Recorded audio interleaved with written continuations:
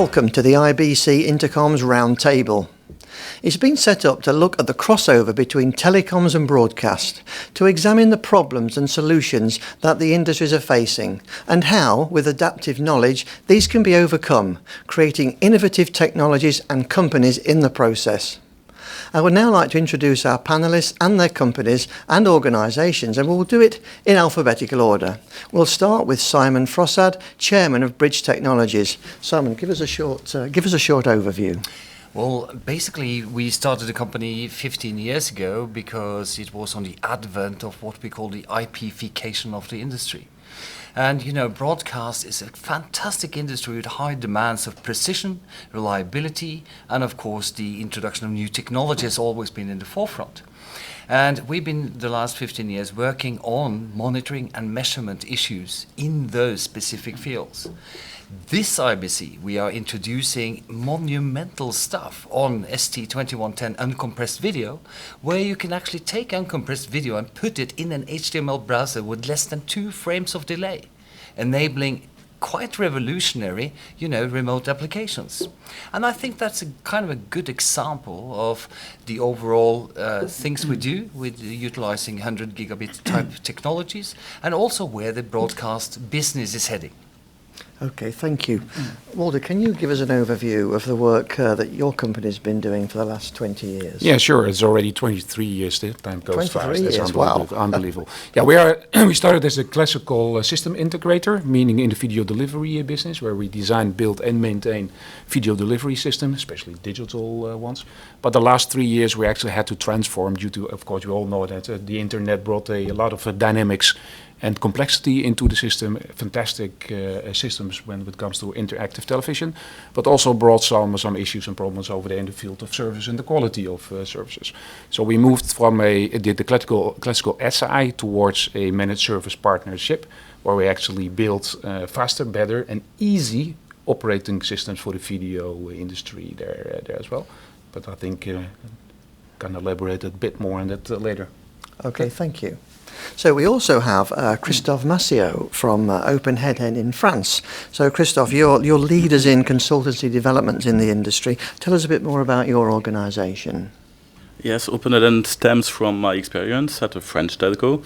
It's called Free. It's one of the major telcos now in France. But at the time I joined, it was quite a small challenger.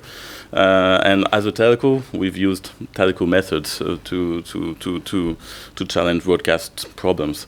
And typically, we've been using a lot of PCs, a lot of software, a lot of open source software, mainly VLC that I've been co-founding back at school in 1998. And of course in-house software development as well. And so Openhead tries to democratize that use of software and telco methods in the broadcast industry with solutions like multi-viewers, monitoring or logging that are relevant to this talk. Thank you. Can I just insert one thing here? And I want to congratulate you on your work on VLC. That is very valuable for the industry. I really commend that. Thank you. Yes, as a VLC user myself, I totally agree, so thank you. So going now to Andrew Heimbolt from Singular Live. Andrew, give us your overview, please. Well, I come from a background in traditional television production for the past 23 years, and a few years back, like many of the people at the table, we recognized that the current tools weren't meeting the needs of modern content production. So we were looking to the web IP technologies, and you recognize there's so much content created in very different ways now, the evolution. So we looked to the area that we had expertise in, on-air graphics, branding, content, information delivery, and engagement. And we built a platform called Singular.live, which is a web-based authoring platform that scales in the cloud, allows users to create content on their stream in traditional methodologies in the cloud, but also you can deliver content to the end devices using standard HTML protocols, making it compatible with basically every web-enabled device out there, from smartphones to connected TVs. Thank you. So now, Gal, we have Gal here from Tag VS, and on my sheet it says, would it be wrong to call you a veteran of the industry? As a bit of a veteran myself, over to you. That's true. We founded about 11 years ago, where we had actually extensive R&D experience before, both in broadcast and telco. So actually from day one, we went to a pure software and IP approach. Now, when we started, it was exactly when the broadcast arena, especially in distribution, started the migration for IP. And over the years, we also introduced OTT, and recently also for the SDI over IP, the uncompressed changeover. Of course, over the years, 11 years, we got an extensive knowledge in the infrastructure and the problem the customer have. And to be frank, usually when the customer calls us, they don't call about a product, they call about the network and how they can find out and solve problems. Okay, thank you. I see you've got the grey hair of the veteran, you see. I can see you've met the criteria. So an important industry association we have is the IABM, and we have John Ive on the end there. So last but not least, John, tell us about the organisation. Yes, good morning. The IABM's the Association for the Broadcast and Media Industry, and we now have over 500 members, organisations within the IABM, and that spans something like 40 countries in the world. So doing the maths, it says we've got related something like 100,000 industry specialists who, in one way or another, have access to IABM resources. And I guess every industry needs an umbrella organisation to help and support and develop business within the industry. Some of the things we do are market research, technology insights, skills development, knowledge and skills development, very important at the moment, and special events such as conferences and so on, which are a key part. IBC, this event and similar events, we will have facilities for our members, lounges and networking events, and in fact we negotiate special deals with organisations for our members. And I guess the only other thing to mention, do lots of other stuff of course, but the sort of special projects that we take on from time to time. If there is a real industry issue, the IABM can be a focus for helping to solve some of those. Okay, well, thank you all.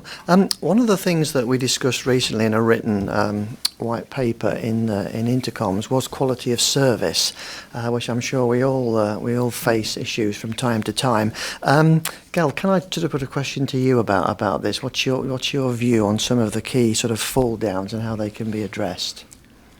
I would say the major change now is the diversification of the distribution network. If before classical distribution was very, let's say it was complex, but generally speaking was point-to-point approach. And one of the things, for example, satellite distributors used to monitor by taking back their feed and just looking at it. Now, as CDN becomes more complex, network becomes more complex, the whole approach changing.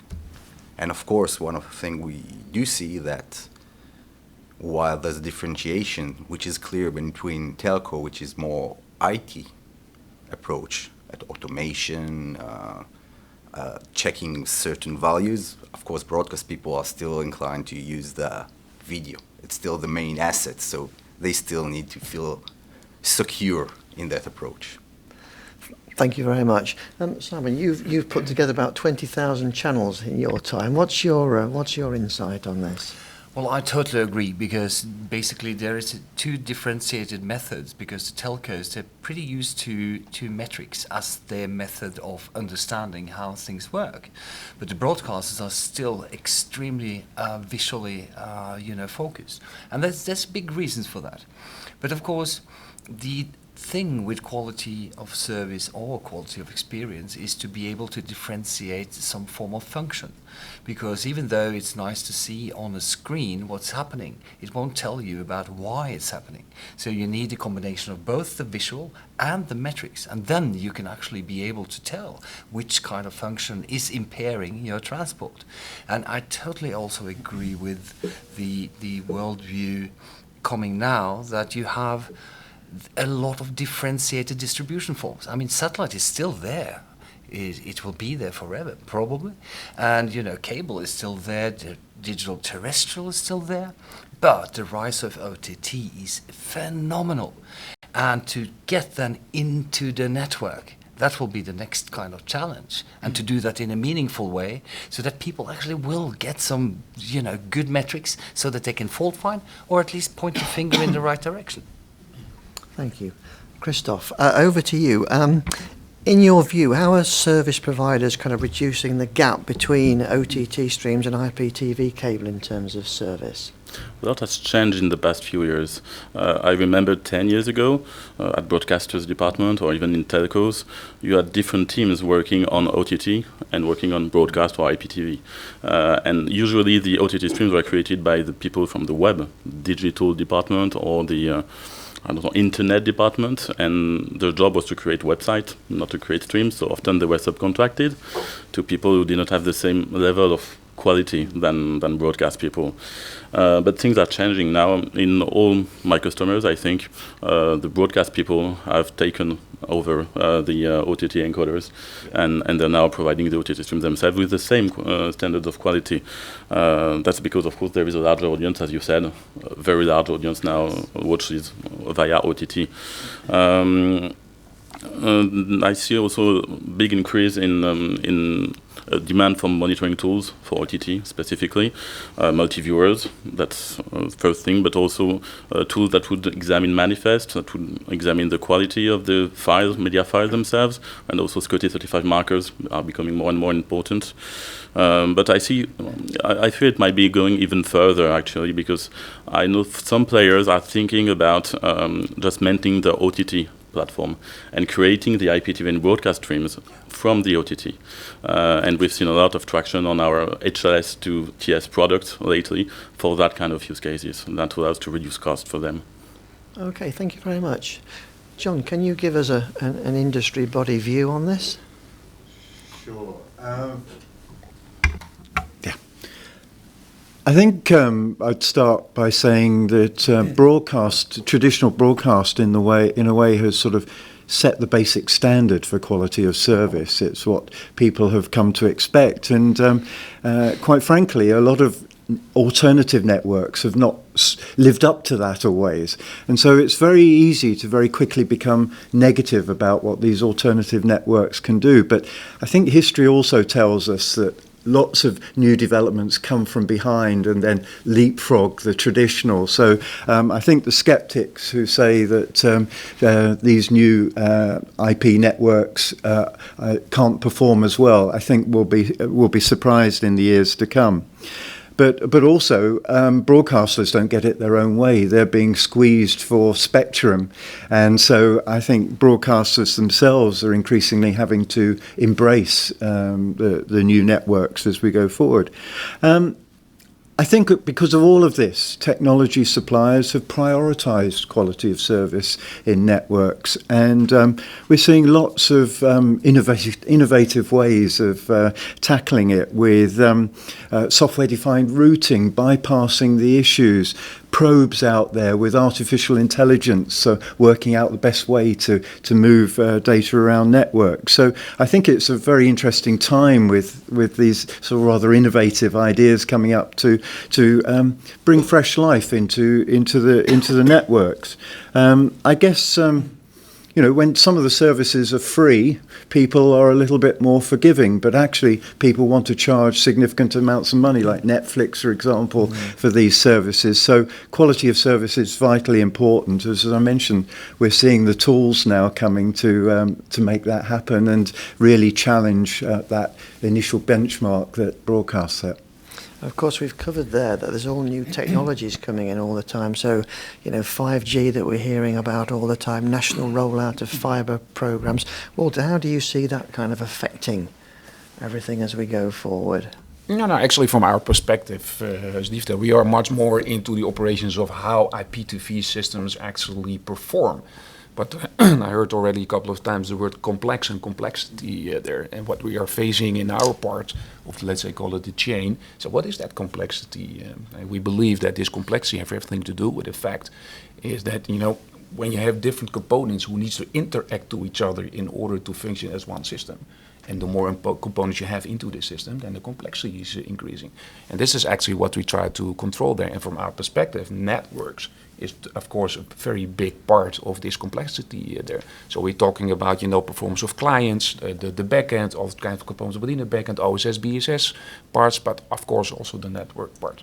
And I believe, looking at the 5G transformation, if you want to call that, then of course 5G is a huge capacity increase for the bandwidth, but also the quality of service is much better being controlled over there. Your capacity on demand in the slice networking, where you have capacity specifically being the reserve for video business on especially events, which come much more in sports industry, for example, come on. Could be a big increase in the quality of service in a part of this complexity part there when it comes to networks. So that's actually how we see it. Thank you. And Andrew, I guess these all the new services may come out of this as well. What do you see as some of the new things we might be able to offer in the future? I have a few ideas on that, but I got to say it's quite interesting being here with this team because from the traditional workflow, understanding and hearing the issues that are being dealt with in modern content and delivery and hearing this from this perspective, it's really exciting. My job's easy once these gentlemen do their job. Their content is delivered to the end device. In some cases, we're all seeing different types of content being created, different delivery mechanisms, different devices that the end user can support the consumption. And we're trying to, as we recognize this, come up with the tools that will allow content creators to better capitalize on the content they're creation by allowing personalized experiences, targeted advertising, adaptive overlays that will adjust based on screen size and resolution, switch the language on the fly, tie in ad technology so they can engage or purchase things at the end device once the content gets there. So we see a lot of unique opportunities as all these details are sort of figured out and we can actually get the content for creating different types of engaging experiences for the end users. Great, thank you. Simen, do you have a view on that? Absolutely. And I also believe that there's a huge opportunity of actually integrating a lot of these very advanced capabilities that, as you say, are individualized together with QC methods that can actually make individualized content better. Because, we'll have a multitude of different kind of avenues. The same type of content will be available through digital terrestrial still.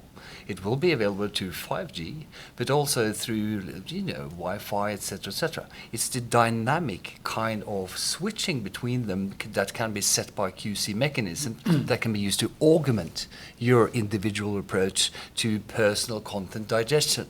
So I believe there's a huge opportunity for many of us to work together on this. Thank you. Gal, can I just come to you a second? So, with all these sort of industries changing, where do you think some of the big advances are going to be? I'm going to ask you for your crystal ball view here. Of course, technology will keep on changing, and I really believe that at least in OTT, it's not the end of it. There will be people, of course, still looking for solution from point to multi-point, which is still part of the features not available in OTT environment. But I have to say that from my perspective, the shift more than technological is actual cultural. Video broadcaster has a distinct set of mind. IT people, telco have a completely different set of mind. And you see it on the professional skills each bring to the table. So I think that, of course, the technical part will change, but the workflow will change. The way we engage problems, the way we trying to look for problems, more automation. Of course, the visualization part of the broadcast probably will go more and more to visualization by exception. I think the cultural thing would be the major change before the technical one. Thank you. Walter, perhaps I could put that question to you. Just do your microphone, please. Okay. Can I just put that question to you about the advances in technology? Yeah, I think Simen already said, working together is something is music to our ears because, this advances in technology for us lays much more in one word, it's data. You know, in our business, we are slowing down very much in the whole IT development because there are no insights across the whole chain. If you do not know what to do, how do you know you're working on the right thing? So we're very busy, but are we doing the right thing at the right moment? So our mission in that perspective is creating situational awareness across the whole chain and knowing what to do in order to do the right thing at the right moment, preferably in real time. So, and again, back we call that stovepipes, bring all the stovepipe data together, bring them to a data lake and make correlations across the whole. And this is working together, all of us. So bring the data, client data, probe data, everything. As more data there is, it better is for the end client, because then we can really know what's going on and address it to the right, let's say, party in the chain. Thank you. Yep. And if I can just jump in there again, I'm sorry, because I totally agree, because you need all this data and correlate it in form so that you can then do decisions on how things are working.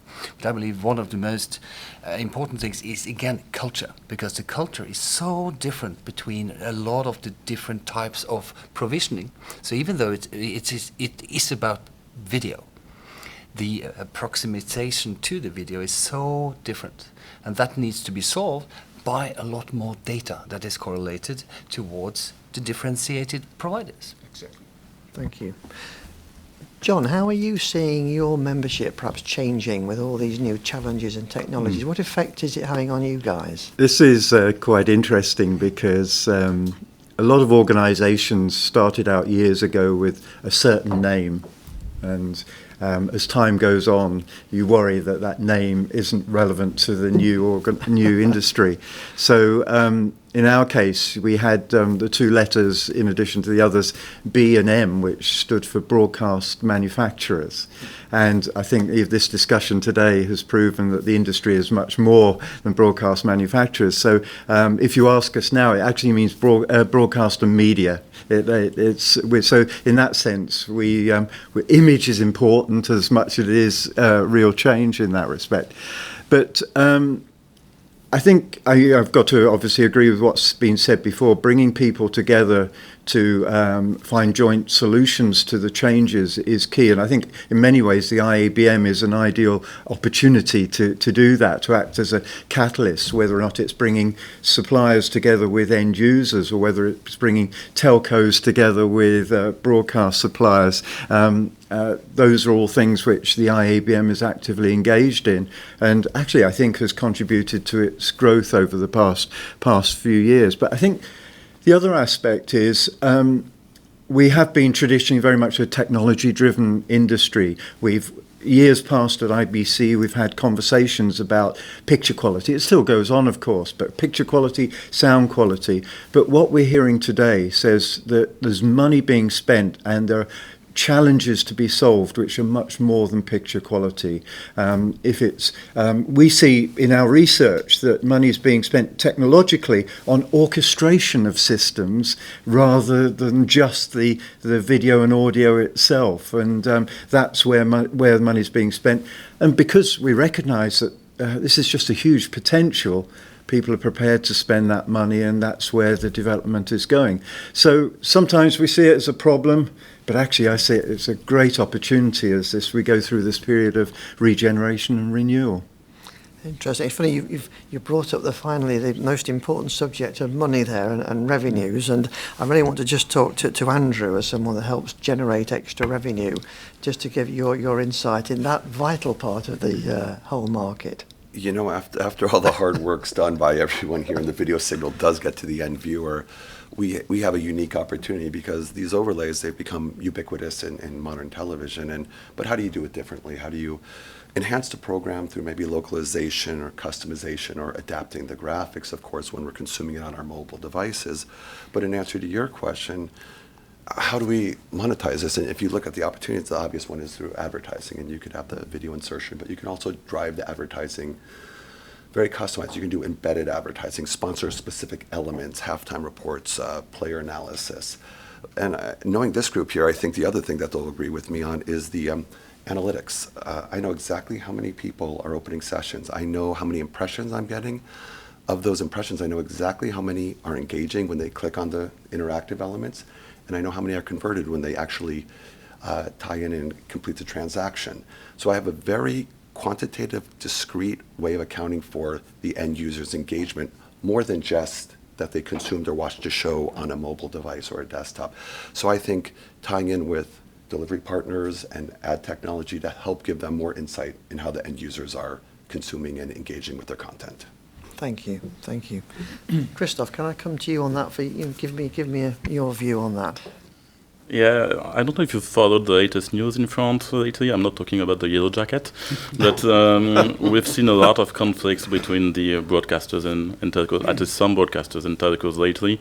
Basically, some broadcasters are thinking that the telcos are using their content, their video signals, to attract new customers and increase their revenues. And so they want a share of those revenues. And so there have been threats of cutting the signals to people and so on.